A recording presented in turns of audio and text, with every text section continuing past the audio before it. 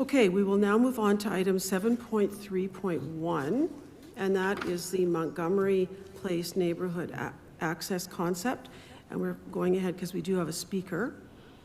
And again, I'll ask the administration to present the report, and then we'll have the speaker.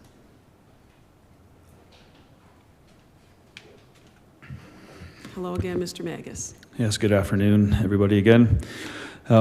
This is a shorter introduction this time. Montgomery Place neighborhood is bound by active rail lines on 3 sides, creating access issues to and from the neighborhood for residents and emergency services. On February 8th, an open house event was held for residents of Montgomery Place with a goal of gathering feedback and specifically ideas on alternative grade-separated access to and from the neighborhood. The residents identified 4 concepts which are described at a high level in the report. The next step, which is not funded or scheduled by the admin, is to complete a functional planning study that would further develop the 4 concepts and hopefully arrive at a recommendation. We've called this the Montgomery Place Neighborhood Access Functional Planning Study, and we're going to add it to the Saskatoon Transportation Master Plan list of infrastructure projects for future prioritization. Funding to complete the functional planning work would then be considered to the next multi-year budget process. And with that, I'm certainly available for any questions you may have now or later. Thank you. We'll hear from the speaker and then we'll come back to you. Okay. Thank you. And we've got Mr. Kerry Tarasoff to speak. Welcome, Mr. Tarasoff. Thank you, Madam Chair. Montgomery's had a problem with access for the city for a long time, and the options that have been put forward are fairly convoluted. They're expensive and not necessarily going to achieve a simple outcome of giving them 24 hours a day access. A couple of years ago, about 2021, people that I know in Montgomery started asking me to look at it, and I drew some sketches. 2022, I started putting out some rudimentary pictures. Last year, a little bit more in animation of a southbound exit, which would go onto Valley Road, which would be operational 24 hours a day. And so today I have a video, and if you could start the video, please. I'll talk to this while it's playing, if you don't mind. Okay. No time to put sound to it.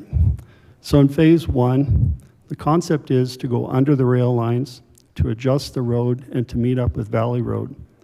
So you'd come in from Valley Road at a 90-degree safe access, and then you'd take the green line into Montgomery or the yellow line out of Montgomery, and it would pass under the rail line. The cyan road there would be the utility access road to get like a service road, and that would be above, which would be beside the rail line, so it's at the surface. The key with all of this is a change in construction tactics, and this could be done while the rail lines are operational, which is a big plus. And by doing this, you could put all the infrastructure in a safe, quick manner and save a lot of cost. And then you're ready. Once you've got this operational, you can decide if you actually need to go a lot further. So this throughput could last a lot of years because now they have 24-hour-a-day access in and out, regardless of rail traffic. So it'll pause here for a second. And it'll go to phase 2. So under the rail bridge, water can then be piped out and go into the catchment of Circle Drive. So the water issue is an issue. So this is what could look like in the future. So the previous yellow and green on the south side of the rail lines becomes the orange spur. And that is just coming off the yellow to get to Valley Road. So if you want to go from Montgomery to the dump, or you want to go southbound on Valley Road, you'd have to do this. But otherwise, you would come in on a higher speed on-ramp, which would descend and go under the rail line, which is the green line there. And then the yellow would be the opposite, and it would go under Valley Road, and it would come up on the other side and ascend. And I use similar speed curves to what's been used already on Circle Drive for reference. And then the magenta color that's there is for people that come in off Valley Road and they want to get into Montgomery, they have to take the service road, the cyan road around, at grade, and then they descend with the magenta onto the green path. So this is phase 2 if it was warranted. But this is a lot higher throughput. And, but the original one is a simple way to get 24-hour-a-day access for people there right now. So there was a cell tower proposed in the middle of that triangle of those rail. And I wrote to SaskTel about that, and at this point, I don't see that it's been built yet. I wrote to them that there could be a potential option that it still is not to be totally vetted out yet. So, and then the solar farm that's proposed against Circle Drive, this would unaffect it. And that's about it. It's a simple concept at this point, but it's passed scrutiny for a number of professional people that I know, and the residents alike, which is why you're getting responses to it. So I'm open for questions if you have them, please. Thank you for allowing me to present today. Thank you, Mr. Tarasoff. Are there any questions for the speaker?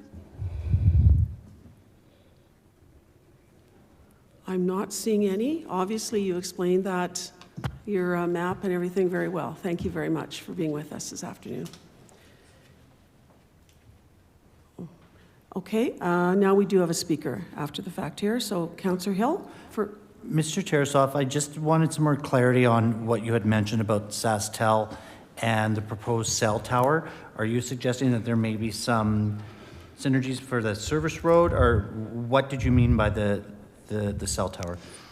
I became aware while I was doing this, I received an updated map, and it showed a potential cell tower to go right in the triangle where those two rail lines split apart. It was supposed to go right there, which would affect, it's close, it might not affect, but it's close enough that it was of concern that it might inhibit for the future to be able to even go under the rail lines. So I talked to a few professionals about it, and then I wrote a letter.